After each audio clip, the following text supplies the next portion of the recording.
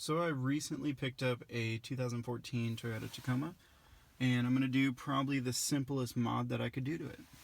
I bought this cute little shift knob from the dude at Constant Collection. He's always got cool little cute stuff like this. It was like 60 bucks, maybe a little bit more. It's pretty cute. It'll fit in either the Z or the Tacoma with this little adapter. So I'm going to be changing that out, and yeah. I mean, as simple as just unscrewing the old shift knob.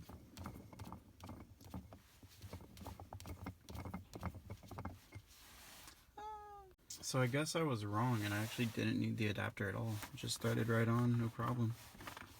So I guess I did some research wrong.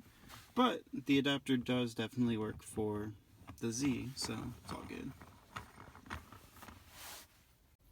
It'll be interesting to see the police reaction if I ever get pulled over for this. Sir, why do you have a beer can from Japan as your shift knob?